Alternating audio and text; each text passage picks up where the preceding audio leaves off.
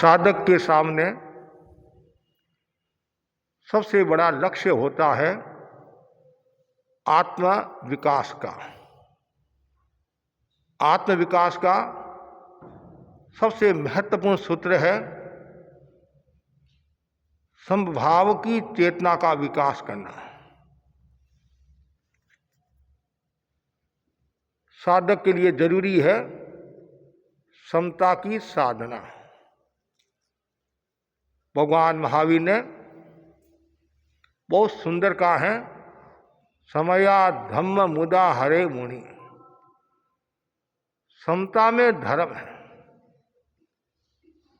दुनिया में अनेक शक्तियां हैं, हर शक्ति का अपना मूल्य होता है, लेकिन समता की शक्ति का मूल्य एक दृष्टि से सर्वोपरि हो सकता है। जिसके जीवन में समता होती है वह व्यक्ति साधना के शिखर को छू सकता है और वह व्यक्ति अपना विकास कर सकता है और एक दिन निर्वाण को प्राप्त हो जाता है। समता के अभाव में न साधना होती है, न शील की साधना होती है, न सत्य की साधना होती है। संभाव है, समता है तो सब कुछ है। जीवन एक संग्राम है और इस जीवन में नाना प्रकार की अनुकूलता प्रतिकूलताएं आती हैं। उन सब में संभाव की चेतना का विकास करता है, वह बहुत बड़ी शक्ति को प्राप्त कर लेता है, आत्मस्वरूप को प्राप्त कर लेता है। इसलिए सभी साधकों को समता की आराधना करनी चाहिए। आचार्य सोमप्रभु ने बहुत सुंदर कहा है, समता से बढ़कर कोई आचरण नहीं है, समता से बढ़कर कोई रस नहीं है, समता से बढ़कर कोई बल नहीं है और समता से बढ़कर कोई शक्ति नहीं है। समता कहो और वीतरागता को एक ही बात है। समता का अर्थ है राग देश से मुक्त होना और वीतरागता का अर्थ है राग देश से मुक्त होना। वह दिन धन्य होगा जिस दिन हमारे जीवन में पूर्ण समता का विकास हो जाएगा। और पूर्ण समता का विकास, पूर्ण शांति का विकास कब होता है कि जब व्यक्ति 12वें गुण स्थान में आ जाता है, मोह कर्म को क्षीण कर लेता है, तब वह पूर्ण समताधारी हो जाता है और पूर्ण समाधि को प्राप्त हो जाता है और आत्मा का विकास करने लग जाता है। आत्मा विकास एक दृष्टि से हो जाता है। इसलिए हर पल हर क्षण समता की साधना करनी चाहिए और जितनी ज़्यादा समता की साधना होगी उतना ही विकास होगा। और समता की साधना के लिए क्या करना चाहिए? ध्यान करना चाहिए, स्वाध्याय करना चाहिए, आत्मचिंतन करना चाहिए, प्रवचन सुनना चाहिए, सत्संगत करनी चाहिए और समाई की साधना करनी चाहिए। समाई की साधना से समता की साधना का विकास होता है और चेतना का विकास होता है। आत्मा शुद्ध और निर्मल होती है। तो ये आत्म विकास का एक दृष्टि से देखे तो ये पहला सूत्र है समता।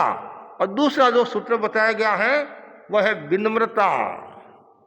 जिसके जीवन में जितनी ज़्यादा विनम्रता होगी उतना ही वह विकास करेगा।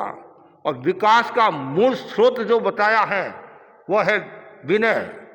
और जितना ज़्यादा विनय होगा उतना ही वह विवेक को प्राप्त होगा, उसकी प्रज्ञा जागृत होगी। और जहाँ अहंकार होता है वहाँ अविवेक होता है। व्यक्ति पग पग पर अवसाद को प्राप्त होता है, तनाव को प्राप्त होता है। और जिसके भीतर में अहंकार होता है तो प्रतिक्रिया की भी संभावना रहती है।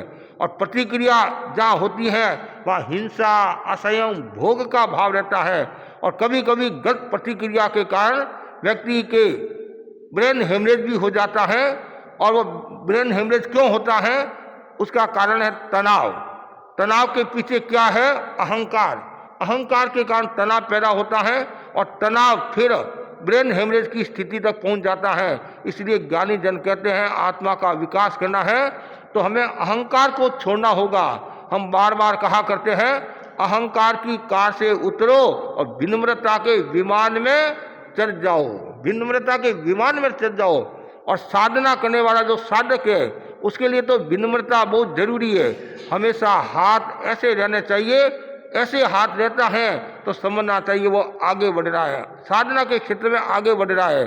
और यदि वो हाथों को पीछे रखता है तो समझना चाहिए अभी साधना परिपक्व नहीं हो रही है, अभी केवल वो साधना का कह रहा है लेकिन भीतर में साधना प्रवेश नहीं हो रही है। तो साधना में जाना है, आत्मा का विकास करना है तो बार बार भावना भाव मेरे भीतर में विनम्रता का विकास हो। और विनम्रता का विकास कब होगा? जब हमारा दृष्टिकोण अनाग्रह दृष्टिकोण होगा, कोई प्रकार का आग्रह नहीं होगा।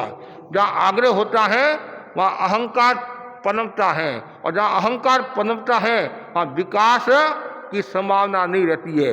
विकास की संभावना तभी रहती है जब भीतर में विनम्रता होती है, और विनम्रता का विकास अनाग्रह दृष्टिकोण के साथ होता है। और जितना ज़्यादा अनाग्रह होगा उतना ही आपका विकास होगा।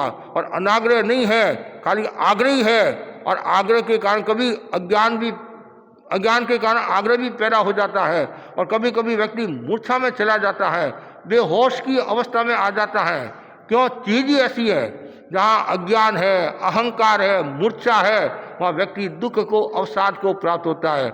इसलिए आत्मा का विकास करना है तो ये पहला सूत्र है समता, दूसरा सूत्र है विनम्रता की साधना। बार बार भावना भाव मेरे जीवन में विनम्रता का विकार। और धर्म का मूल स्रोत बताया है वो भी क्या है? विनम्रता। धर्म का मूल क्या है?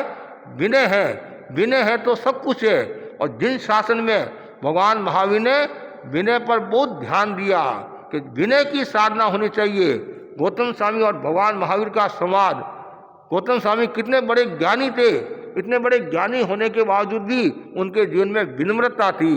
भारमली स्वामी की विनम्रता कितनी गजब की थी। मगवा गणी की विनम्रता अपने आप में विशेष थी। हमने भारमली स्वामी को नहीं देखा, गणधर गौतम को भी नहीं देखा, मगवा गणी को भी नहीं देखा, कालुगणी को भी नहीं देखा, लेकिन आचार्य तुलसी और महाप्रज्ञ जी को देखा। महाप्रज्ञ जी की कितनी विनम्रता, कितनी विनम्रता। बड़े बड़े विचारकों को, दार्शनिक लोगों को भी आश्चर्य होता है, और इतना बड़ा ज्ञानी विज्ञानी और इतना ही विनम्र। आप जानते हैं तो जितना ज़्यादा विनम्र होगा उतना ही वो ज्ञानी विज्ञानी होगा, और जितना ज़्यादा विनम्र होगा वो उतना ही प्रभावशाली होगा, उसका प्रभुत्व एक अलग होगा। और जो व्यक्ति के भीतर में अहंकार आ गया, मैं बड़ा, मैं होशियार हूँ, मैं ज्ञानी हूँ, तो समझना चाहिए अभी वो ज्ञानी नहीं है, अज्ञानी है, अज्ञानी है। कितनी सुंदर बात कही है। जो ज्ञानी है, जो अहंकार के अधिकारी है, ध्यान से सुनने की बात है, अहंकार के जो अधिकारी है वो तो अहंकार करते नहीं है। अहंकार के जो अधिकारी है वो अहंकार करते नहीं है, जो अहंकार के अधिकारी नहीं है वो अहंकार करते रहते हैं। कैसे?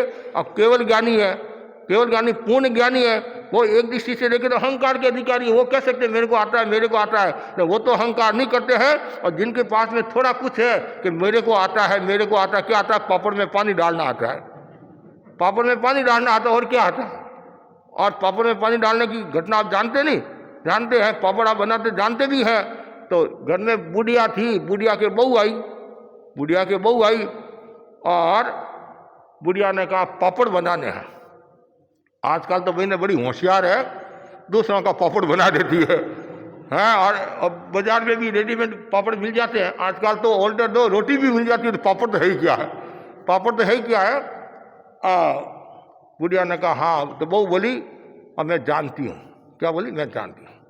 फिर भी बुढ़िया ने कहा ऐसा करना, ये करना, वो करना, हाँ ये भी जानती हूँ, ये भी जानती हूँ, ये भी जानती हूँ, ये भी जानती हूँ, ऐसा करना, लोया करना, ये भी जानती हूँ। फिर इसको क्या करते, बांटना बोलते नहीं, हाँ, बेलना ये भी जानती हूँ, फिर सुखाना ये भी जानती हूँ, फिर डब्बे में डाल देना ये भी मैं जानती हूँ। बुढ़िया ने सोचा आता तो कुछ नहीं है, सारा मैं बताती हूँ, फिर भी ऊपर से क्या बोलती है? मैं जानती हूँ, मैं जानती हूँ, मैं जानती हूँ। इसको शिक्षा देनी चाहिए।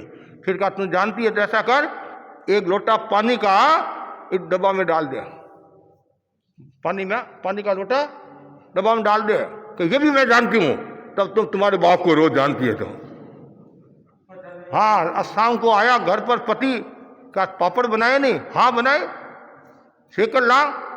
और जैसे ही वो डब्बा खोल दिए तो ये तो हाँ पापड़ का रहा, वो तो वापिस वैसा का वैसा है। हाँ, रावड़ा हो गया, रावड़ा हो गया कि ये क्या किया, मैं क्या करूं, तुम्हारी माँ ने करवाया मेरे को। आदमी खुद की गलती नहीं देखता, दूसरों की गलती देखता है। माँ ने कहा बेटा थोड़ी मेरी भी बात सुन ले, घरवाली की बात सुन ले, थोड़ी मेरी भी बात सुन ले। तो क्या तुम्हारी बात है? और ऐसे ऐसे ऐसे ऐसे ऐसे ये भी जानती है, ये भी जानती है, ये भी जानती है। फिर लास्ट में मैंने कहा पानी डालना है, ये भी जानती हो तब जान ले। आदमी अपने आप को इतना सुपर मानता है, इतना एक्स्ट्रा ऑर्डिनरी मानता है, और किसी के पास सीखता भी है नहीं तो जल्दी से कृतज्ञता भी ज्ञापित करने के लिए तैयार नहीं होता है। कभी कभी ऐसा होता है, हाँ मैंने सीखा, महाराज किसने सिखाया? मैंने खुद नहीं सीख लिया, किताबों पढ़ कर सीख लिया, मेरे को ज्ञान हो गया। मैं पाताल लोक में गया था, मेरे को ज्ञान हो गया। अब नानी का घर है तो ऐसे ज्ञान हो जाएगा। पर क्यों? अरे कहने में क्या लगता है? आपने किसी के पास सीखा है तो बताने में क्या तकलीफ है? उसे आपकी गरिमा बढ़ेगी, आपकी महिमा बढ़ेगी कि ये इतना ज्ञानी होने के बावजूद भी अपने गुरु का नाम बताता है, जिसके पास सीखा है उसका नाम बताता, उसका उल्लेख करता है। इसमें नुकसान नहीं है। अरे हम भी कभी कभी किसी के पास सुनते हैं, देखते हैं और पूछते हैं तो वो बताते, हम भी उनका उल्लेख कर लेते हैं। छोटे बच्चे से भी हमने कुछ सीखा है तो अच्छी बात नहीं, उल्लेख करने में क्या?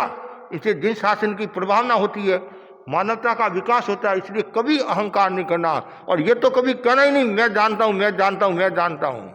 हर बात में मैं जानता हूँ, मैं जानता हूँ, और कभी कभी फेल हो जाते हैं, कभी कभी ये मुश्किल हो जाती है। इसलिए आप जानते भी हो, आपको पूर्ण विश्वास है मुझे ये आ रहा है, फिर भी गुरुदेव की कृपा से मैं कोशिश कर रहा हूँ, बताने की कोशिश कर रहा हूँ। और अच्छी बात है आ जाए तो, मतलब कितनी, मतलब मूल बात है विनम्रता का भाव होना चाहिए। तो आत्मा का विकास करना, वीतरागता की ओर बढ़ना है साधक को। तो दूसरा सूत्र है विनम्रता। तीसरा जो सूत्र बताया है वो है प्रमोद भावना। आत्मा का विकास चाहते हैं, प्रमोद भावना भी जरूरी है। एक दूसरों के गुणी जनों के गुणगान करना। गुणगान करने से क्या होगा? आपको भी फायदा होगा, घर परिवार भी शक्तिशाली होगा। आप यदि अपनी बहू की प्रशंसा करते हैं, अपने ससुर की प्रशंसा करते हैं, अपने पति की प्रशंसा करते हैं, परिवार की प्रशंसा करते हैं, संघ की प्रशंसा करते हैं, तो कितना फायदा होता। एक तो घर शक्तिशाली होता है, और मन में कहीं भड़ास है वो भी निकल जाती है, कोई कमी है वो भी दूर हो जाती है। मनुष्य का स्वभाव क्या है? वो खामियों को देखता है और खूबियों को नहीं देखता है। और जो व्यक्ति खामियों को देखता है वो व्यक्ति पीछे हो जाता, उसका विकास नहीं, कभी कभी विनाश भी हो जाता, कभी कभी विनाश भी हो जाता है। और जो खूबियों को देखता है कि महाराज देखो ये छोटा सा बच्चा है, छोटी सी बच्ची है, इनको कितना ज्ञान है, छोटी छोटी बातें कितनी आती हैं, और कितना विवेक है, और विनय के साथ बोलती है, तो उससे क्या होगा? सामने वाले व्यक्ति के भीतर में जितने गुण हैं वो सारे के सारे गुण आपके जीवन में समाहित हो जाएंगे। दूसरी बात है, लड़की ने सुना, उसके मन में भी प्रसन्नता का भाव होगा कि मेरी वस्तु का, मेरे ज्ञान का मूल्यांकन हो रहा है। और तीसरी बात है जिन शासन की प्रभावना होगी। और चौथी बात है दूसरों को भी प्रेरणा मिलेगी कि ज्ञानी जनों के गुणगान करने चाहिए, और ज्ञानी जनों के गुणगान करने से फायदा ही फायदा है। हम बार बार एक दोहा भी बोलते हैं, वो सुंदर है, ज्ञानी रा गुण गावता, ज्ञानी रा गुण गावता तीर्थंकर गोत्र बंदाए, शंका हो तो देख लो ज्ञाता सूत्र के माए। ज्ञाता सूत्र में बताया है जो व्यक्ति ज्ञानी का गुण गाता है तो तीर्थंकर नाम गोत्र का बंधन कर सकता। कितनी गहरी बात। प्रमोद भावना, भारतीय संस्कृति के चार जो आदर्श बताए हैं, मैत्री, प्रमोद भावना और करुणा और मध्यस्थता, ये भारतीय संस्कृति के चार स्तंभ कह सकते हैं, और ये चार सूत्र कह सकते हैं। उनमें एक प्रमोद भावना। जिस समाज में, जिस परिवार में, जिस देश में प्रमोद भावना है वह देश शक्तिशाली होता है, और जहाँ प्रमोद भावना नहीं है, अवगुण निकालने का लक्ष्य रहता है, दोष निकालने की भावना रहती है, कमियां निकालने की भावना रहती है, एक दूसरे को नीचे दिखाने की भावना रहती है, वह समाज कभी विकसित नहीं हो सकता है, वह समाज कभी तेजस्वी यशस्वी नहीं हो सकता है, वह कभी भी देश उन्नति प्रगति नहीं कर सकता है। आज घरों की स्थिति जो बन रही है, निम्न स्थिति बन रही है, इसके पीछे एक बड़ा कारण है प्रमोद भावना का अभाव। आज देरानी जेठानी की बात काटती है, जेठानी देरानी की बात काटती है, माँ बेटे की बात काटती है, बेटा माँ की बात काटती है, और पति पत्नी आपस में उलझते रहते हैं, एक दूसरे की आलोचना निंदा करते रहते हैं, तो घर कैसे शक्तिशाली होगा? घर को शक्तिशाली बनाना है तो प्रमोद भावना का विकास करना होगा। गलतियाँ सब में होती हैं, चाहे कोई भी व्यक्ति हो, गलतियाँ सब में होती हैं। हमारे बड़े संत मुनि मोहनलाल जी आमिर फरमाते थे, बुलबुल तुम बसंत की बात कर, बुरी बात उल्लू के लिए छोड़ दे। हमेशा बसंत की बात करना है और बुरी बात उल्लू के लिए छोड़ दो। दूसरी बात है, कर भलाई तुम बाजार, जिसमें जो गुण है उन गुणों को तुम बाजार में बताओ, लोगों के सामने बताओ, तो उनमें भी वो गुण के भाव पैदा होंगे, उनका भी विकास होगा। और किसी की गलती है तो बंद कमरे में बता दो, बंद कमरे में बता दो कि तो ऐसे नहीं ऐसे करना, ऐसे नहीं ऐसे करना, तो उसको भी बोध होगा कि वास्तव में मेरी गलती है और मेरे परिवार के लोग मेरे को कितना सम्मान देते हैं, बड़े प्रेम के साथ आत्मीयता के साथ बताते हैं। आप यदि लोगों के सामने उनकी आलोचना करोगे, निंदा करेंगे, तो उनके मन में हीन भावना आ सकती है, उनके मन में तिरस्कार का भाव भी आ सकता है। कभी कभी ऐसा सुनने में आता है, आजकल तो कम है, अब जैसे पियर वाले आए और सासू बहू की उसकी माँ के सामने आलोचना करती है कि तुम्हारी जो बहू है 10 बजे उठती है, रसोई नहीं बनाती है, ये नहीं करती है, वो नहीं करती है, दिन भर पड़ी रहती है, इधर उधर घूमती फिरती रहती है, तो उसके मन में कितना आएगा? उसके मन में भी आएगा, परिवार वालों के मन में भी आएगा, और घर में जो खटास आ जाएगी, मिठास की जगह खटास आ जाएगी, संबंधों में कटुता आ जाएगी। और उस समय यदि आप बहू की प्रशंसा करते हैं, यथार्थ गुणों की प्रशंसा करते हैं, तो सामने वाले भी कितने खुश होते हैं, बहू भी कितनी खुश होती है, और घर का वातावरण भी अच्छा रह जाता है। और जहाँ प्रमोद भावना नहीं है, कलह का भाव रहता है, वहाँ लक्ष्मी भी नहीं टिकती है, यश भी नहीं रहता है, सत्य भी नहीं रहता है, वो चला जाता है। तो हम देखते सुनते हैं कि जिनके पत्र तिरते थे, आज उनको कोई पूछने वाला नहीं, कारण 2 भाइयों के बीच में लड़ाई हुई, कोर्ट कचहरी में गए और सारा मामला ऐसा हुआ, घर परिवार बर्बाद हो गया। क्यों? प्रमोद भावना नहीं। और वही यदि प्रमोद भावना होती तो विकास हो जाता है। इसलिए ये आत्मविकास का तीसरा सूत्र है प्रमोद भावना।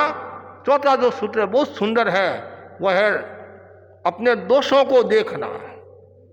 एक तो दूसरों की प्रशंसा, अपने दोषों को देखना, दिन भर में जो गलतियां हुई है उस गलतियों को सुधारना, परिष्कार करना, परिमार्जन करना।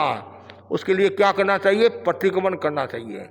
प्रतिक्रमण करने से जो हमारे दोष है उन दोषों की विशुद्धि हो जाती है और दोष दूर हो जाते हैं। तो ये जरूरी है, सुबह और शाम दोनों समय आत्मनिरीक्षण करना चाहिए। और बहुत सुंदर का है, जीवन की सफलता का महत्वपूर्ण जो सूत्र है और धर्म का पहला जो सूत्र बताया है वह है आत्मनिरीक्षण। जो व्यक्ति अपना निरीक्षण करता है, मैं कौन हूँ, कहाँ से आया हूँ और मुझे कहाँ जाना है, कितना सुंदर है। कौन हूँ, आप कहेंगे मैं ये हूँ, ये तो व्यवहारिक परिभाषा है। निश्चय की दृष्टि से मैं कौन हूँ, को हूँ, मैं सोहम आत्मा हूँ। कहाँ से आया हूँ? 84 लाख जीव योनि से आया हूँ। अब मुझे मोक्ष में जाना है, कर्मों का क्षय करना है, तो आत्मनिरीक्षण जरूरी है। वो आत्मनिरीक्षण कब होगा? जब आपके भीतर में ये भावना होगी मुझे विकास करना है, तभी वही व्यक्ति आत्मनिरीक्षण कर सकता है। उदाहरण के लिए, किसी ने किसी को डांटा और उसमें 2 बातें होती है। कभी कभी सामने वाला नाराज हो जाता है और कभी कभी क्या सोचता है, ये मेरे हितैषी है, मेरे उपकारी है, मुझे सजग करे हैं कि तुमने ये गलती की है, भविष्य में गलती मत करना। जैसे चंदनबाला जी और मृगावती जी का उदाहरण आपके सामने आता नहीं।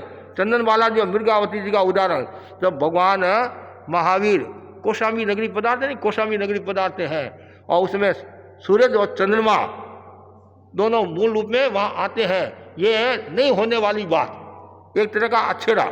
तो इस अवसर्पणी काल में 10 अछेरे हुए नहीं, 10 अछेरे हुए हैं, उनमें से 5 अछेरे भगवान महावीर से संबंधित थे, भगवान महावीर के शासन काल में हुए 5 अक्षेरे। और इस अवसर्पणी काल का क्या नाम है? हुंडा। हुंडा अवसर्पणी काल है। हुंडा अवसर्पणी काल है। यह असंख्यात अवसर्पणी काल के बाद में आती है। कितना? और इस अवसर्पणी काल में नई होने वाली घटनाएं होती है, अनहोनी घटनाएं होती है। जैसे ये 10 अक्षेरे हुए और उनमें एक अक्षेरा सूरज और चंद्रमा का मूल रूप में भगवान के दर्शन करने के लिए आना बहुत बड़ी बात थी दोनों का। और अब जब सूरज और चंद्रमा आ जाते हैं तो लोग भी आएंगे। यहाँ कोई बड़ा आदमी आता नहीं, कह रहे साहब राष्ट्रपति आ रहा है, प्रधानमंत्री आ रहा है, तो अरे चलो चलो देखने के लिए चलो, कुतूहलवश भी आते हैं। तो वैसे ही लोग भी खूब आए, चर्चा हो रही है और प्राय लोग सब चले गए। लेकिन मृगावती जी जो साध्वी जी थी वो चर्चा में इतनी मशगूल होगी, सुनने में इतनी मशगूल होगी, उनको बोध ही नहीं रहा कि माँ कहाँ बैठी हूँ। कभी कभी ऐसा होता है, कोई आप बात में इतने तल्लीन हो जाते हैं सुनने में तो पता ही नहीं चलता, न पानी याद आता है न रोटी याद आती है। कभी आपको भोजन परोसा भी गया है और कुत्ता लेकर चला जाता है तो भी आपको भान नहीं रहता है। तो वैसे ही वो इतनी चर्चा में तल्लीन हो गया, सुनने में समय का ध्यान नहीं रहा और सब लोग चले गए। वो अकेली बैठी, इतने में सूरज और चंद्रमा भी चले गए। वो गए और जाते अंधेरा हो गया। अंधेरा हुआ, उसको बोध हुआ अरे संतों के ठिकाने में मैं अकेली। फटाफट अपने स्थान पर आती है। स्थान पर आई और चंद्रमाला जी महाराज विराजे हुए थे, जबकि मौसी थी, मृगावती जी मौसी थी, वो भांजी थी। लेकिन धर्म के क्षेत्र में, प्रशासन के क्षेत्र में ये मासी भांजी नहीं चलती है। यदि पक्षपात हो जाएगा तो न्याय नहीं रहेगा, तो फिर धर्म कैसे टिकेगा? आप आश्चर्य करोगे, शादी प्रमुखा चंद्रमाला जी ने उपालम की भाषा में कहा कि आप इतनी बड़ी शादी हो, ज्येष्ठ शादी हो, आपको ध्यान रखना चाहिए। संतों के ठिकाने में आप अकेले, कोई भी सफाई भी दे सकता, कुछ भी दे सकता है। उन्होंने एक ही बात की, मेरी गलती हुई, इतना कह दिया। और इतना बोलना भी बड़ी बात है, इतना भी लोगों से नहीं बोला जाता, सॉरी भी नहीं बोला जाता है। सॉरी बोलना भी दोहरी है, कहते नहीं, वो भी दोहरा है, वो भी मुंह से नहीं निकलता है। हाँ देखेंगे। अरे कभी कभी संत भी कहते हैं, अरे खमत खावना कर ले भाई, कि मर जाऊंगा, खमत खावना तो नहीं करूंगा। मुझे यदि साथी नारकी में भी जाना पड़े तो भी मैं तैयार हूं, लेकिन इस पापी से मैं खमत खावना नहीं करूंगा।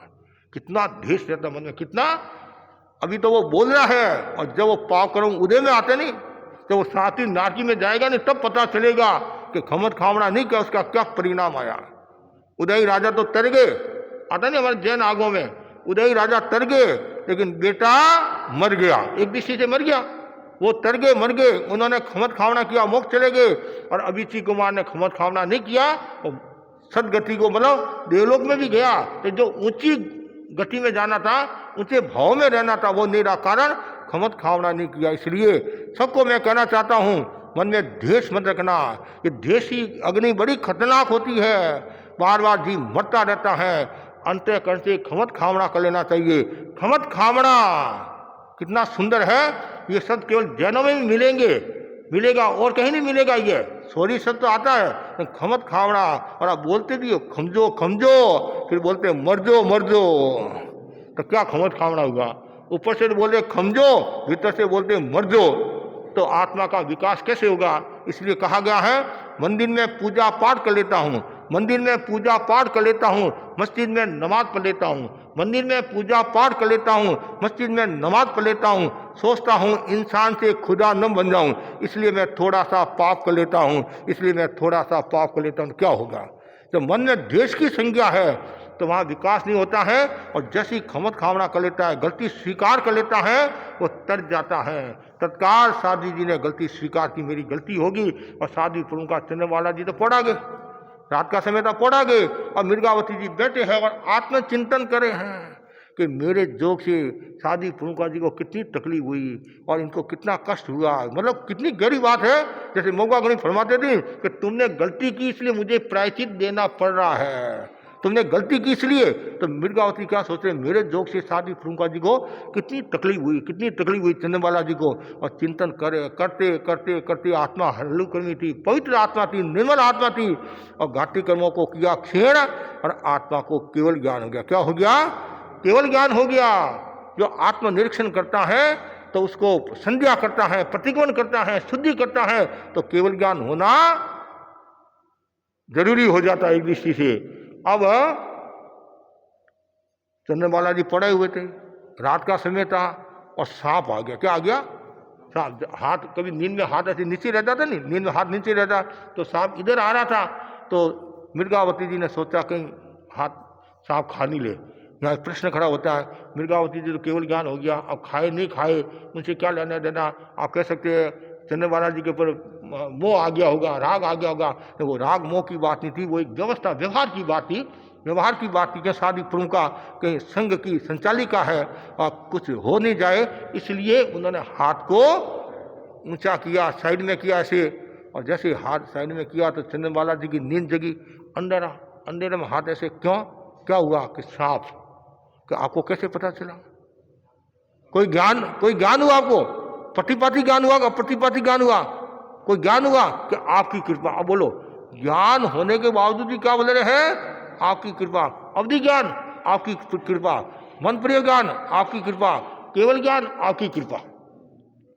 तत्काल चंद्रबाला जी उठे बैठे, धिक्कार है मेरी आत्मा पर, एक छोटी सी बात के लिए मैंने बड़ी शादी को इतना उपालन दे दिया, ऐसा कर दिया, एक तरह की आसाधना कर ली। और वो भी पश्चाताप करे हैं। पश्चाताप करते करते करते उन्होंने भी घाती कर्मों को किया क्षीण और उनको भी केवल ज्ञान हो गया। आप कहेंगे महाराज केवल ज्ञान सस्ता था? केवल ज्ञान सस्ता नहीं है, केवल ज्ञान तो महंगा है। और 5 आने में तो केवल ज्ञान, खाली नाम बोल दो केवल ज्ञान केवल ज्ञान, 5 आने में जीव को केवल ज्ञान नहीं होता। नहीं, 5 आने में केवल ज्ञान नहीं होता, लेकिन होता है। 5 आने में भी केवल ज्ञान होता है। आप कहेंगे कैसे?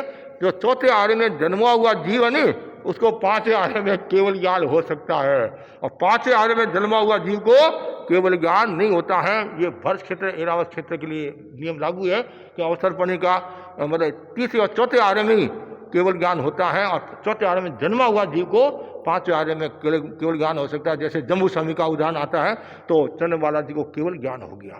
और देखिए क्यों हुआ? आत्मा उनकी हल्की थी, उन्हें पश्चाताप किया, प्रायश्चित किया, प्रतिगमन किया, और उसका परिणाम यह है वो शुद्ध हो गए। तो यह है आत्मविकास का 5वां जो सूत्र है वो क्या है? कायोत्सर। और जैसे कायोत्सर की कक्षा आती है तो हमारे बहनों के भाइयों के चेहरे खिल उठते हैं, चेहरे खिल उठते हैं। और ध्यान के लिए कहते हैं महाराज कमर दर्द कर रही है, अभी तो कोई कहानी सुना दो, कोई घटना सुना दो, ध्यान तो करते करते थक गए। जैसे कायोत्सर की कक्षा एक ही जगह 2 भी आ जाती है तो कोई भी मना नहीं करेगा, ये तो बहुत अच्छी है। इस शरीर में सबसे बेस्ट जो कक्षा होती है महाराज वो कायोत्सर की होती है, बहुत अच्छी बात है। फिर पता चला महाराज नींद लेने का अच्छा समय है। क्या है? नींद लेने का अच्छा समय है, लेकिन नहीं, उसके लिए कायोत्सर, नींद के लिए कायोत्सर नहीं करना है। कायोत्सर करते करते नींद आ जाए वो एक अलग बात है, लक्ष्य हमारा कायोत्सर। कायोत्सर तो बहुत ऊंची साधना है, सर्वोत्तम साधना है, ये विटामिन है, विटामिन कायोत्सर का। मतलब इतना प्रभाव होता है कायोत्सर का जिनकी आप कल्पना नहीं कर सकते हैं। हमारे यहाँ जैन आगमों में आता है कायोत्सर की स्थिति कितनी होती है? 60,000 वर्ष, 60,000 उत्कृष्ट स्थिति कायोत्सर की होती है। इतने लंबे समय तक कायोत्सर क्यों? उसमें तो आयुष्य भी बहुत होता था, साधना भी बहुत होती थी। भगवान ऋषभ ने के बारे में बताया जाता, बाहुबली के बारे में 1 साल तक खड़े खड़े कायोत्सर की मुद्रा में थे। और भी ऐसे थे, चंद्रावतंसक राजा, उसने नियम लिया, वो उनके पोषा था कि कायोत्सर करे थे कि जब तक ये दिया जलता रहेगा तब तक मैं कायोत्सर की मुद्रा में रहूंगा, दिया। और दासी ने सोचा कि जब तक राजा नहीं सोए ये दीपक बुझ नहीं जाए, और वो दिया में तेल डालती गई और परिणाम ही आया सुबह। कहते हैं उनको केवल ज्ञान हो गया। क्या हो गया? केवल ज्ञान हो गया। सागर चंद का भी आता है, चंद्रावतन से राजा की भी आता है। तो कायोत्सर का बहुत बड़ा महत्व होता है। और निर्जरा के जो 12 भेद हैं उनमें भी एक अभिन्न तत्व क्या है? कायोत्सर। कायोत्सर का मतलब क्या है? अनासक्ति। आज की भाषा में अनासक्ति कह सकते हैं, जो शरीर और के प्रति जो ममत्व है, मूर्छा, उसको छोड़ना, मतलब भेद विज्ञान कह सकते हैं एक दृष्टि से। आत्मा भिन्न, शरीर भिन्न है, एक नहीं संजोना है, मिट्टी से मिला जुला पर आखिर सोना। और भेद विज्ञान हो जाए तो आत्मा का विकास हो जाएगा। लेकिन शरीर के प्रति बहुत आकर्षण है, इतना आकर्षण है शरीर के प्रति, उतना आकर्षण आत्मा के प्रति नहीं है। आत्मा के प्रति नहीं है, संसार की प्रवृत्तियों के प्रति इतना आकर्षण है। आप बोलते समय कहते नहीं, स्त्री कथा, भक्त कथा, देश कथा, राज कथा बोलते नहीं, उसके प्रति इतना आकर्षण है, और शरीर के प्रति भी इतना आकर्षण है, और आत्मा के प्रति आकर्षण हो जाए तो बेड़ा पार हो जाएगा। तो आज यहाँ क्यों आए आप?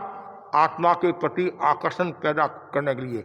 शरीर के प्रति आकर्षण तो है ही आपका, सुबह से लेकर शाम तक शरीर को संवारने में, सजाने में, श्रृंगार में लगे हुए।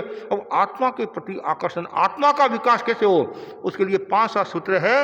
ये कायोसर, और मतलब बहुत सुंदर है, काय गुप्ती की साधना कह सकते हैं, कायोसर कह दो, वेद विज्ञान कह दो, ये बहुत जरूरी है। अनासक्ति, आप कोई भी प्रवृत्ति करो उसमें ज्ञाता दृष्टा भाव का विकास रहे। अटैचमेंट नहीं होना चाहिए, है ना। अटैचमेंट, आसक्ति है तो फिर मुश्किल हो जाएगी। ये आसक्ति है, जा नहीं सकती है। क्या ये आसक्ति है, जा नहीं सकती है। एक बार आ गई है फिर कितना भी कुछ भी कह दे, भगवान महावीर जी आ जाए नहीं, कभी कभी ऐसा भी है, मतलब ज्ञानी लोग भी आ जाए, और एक बार दिमाग में सेट हो गया तो निकलना भारी हो जाता है। इसलिए हमेशा अनासक्ति की साधना। और लास्ट जो बिंदु, छठा जो बिंदु बताया है आत्मविकास का, वह है प्रत्याख्यान। क्या है? त्याग की चेतना का विकास। त्याग की चेतना का विकास करना। और लोग त्याग से भी डरते हैं, त्याग से भी डरते हैं कि महाराज के पास जाएंगे, महाराज त्याग करा देंगे। अरे भोड़ा, बंधन तो अच्छा ही है। एक तरफ तो आखिर महाराज आप तो बंधन मुक्ति की बात करते हो, बंधन मुक्ति की बात करते हो, फिर तो आप अरे बंधन में रहोगे तभी बंधन से मुक्ति मिलेगी। कितना सुंदर का है, जो बंधन में रहता है वही बंधन से मुक्ति है। और चारित्र क्या है? चारित्र की साधना क्या है? मतलब असत प्रवृत्ति आदि को रोकना है। जब हम त्याग नहीं करेंगे, बंधन में नहीं आएंगे, तो हम बंधन से छुटकारा कैसे पाएंगे? बंधन से छुटकारा कैसे पाएंगे? इसलिए वो जरूरी है त्याग की चेतना का विकास करना। और त्याग की जड़, धर्म की जड़ हरि होती है, और जहाँ त्याग है वहाँ कोई खतरा नहीं है, कोई खतरा नहीं है। इसलिए त्याग की चेतना का विकास करो, और जितना ज़्यादा त्याग की चेतना का विकास होगा उतना ही आपका कल्याण होगा। जो व्यक्ति पचकान करता है, त्याग करता है, उसे क्या होगा? अनाश्रव, मतलब आश्रव रुक जाएगा, उसका आश्रव रुक जाएगा, और अनाश्रव की साधना होगी। और बंधन का कारण क्या है? आश्रव है, और मुक्ति का कारण क्या है? संवर है। तो इसलिए त्याग की चेतना का विकास करो, छोटे मोटे त्याग करो, कुछ भी त्याग करो। अब भोजन करो, मैं जूठा नहीं छोड़ूंगी, ये भी एक त्याग है, जूठा नहीं छोड़ूंगी। और भोजन करे हो, मैं मौन की साधना करूंगी, आधा घंटा 1 घंटा, मतलब छोटे छोटे त्याग है। या जितना भोजन किया उसके बाद में मेरे त्याग है। 24 घंटे में मेरे 23 घंटा त्याग है, 1 घंटा खुला है। रात को सोते समय त्याग करके सो सकते हो, मतलब कुछ न कुछ त्याग करना चाहिए। अब जैसे आप अभी व्याख्यान में आए हो कि भाई 10:15 बजे तक या 10:20 तक व्याख्यान चलता है, समय का तब तो कोई प्रॉब्लम नहीं। जिनके समय नहीं है तो उनको त्याग कर लेना चाहिए। उसमें यदि आयुष्य का बंधन हो जाए, आयुष्य पूरा हो जाए, तो सुगति में जा सकते हैं। इसलिए हमेशा त्याग की चेतना का विकास करना चाहिए। तो ये 6 बिंदु है आत्मविकास के। जो साधक अपनी आत्मा का विकास चाहता है तो संभाव की चेतना का विकास करना, विनम्रता का विकास करना, प्रमोद भावना, और अपने दोषों को देखना, और काय गुप्ती की साधना, अनासक्ति की साधना, कायोसर, और छठा है प्रत्याख्यान का विकास करना। आज चतुर्दशी है, हाजिरी का भी वाचन हुआ है। चतुर्दशी हाजिरी का वाचन होता है, लेकिन कल भूल गए थे, हाजिरी का वाचन नहीं हुआ, तो आज हमने हाजिरी का भी वाचन कर दिया। भिक्षु स्वामी ने जो मर्यादाएं बनाई है, उन मर्यादाओं के प्रति भी आस्था रखनी चाहिए। इसी आशा के साथ ओम।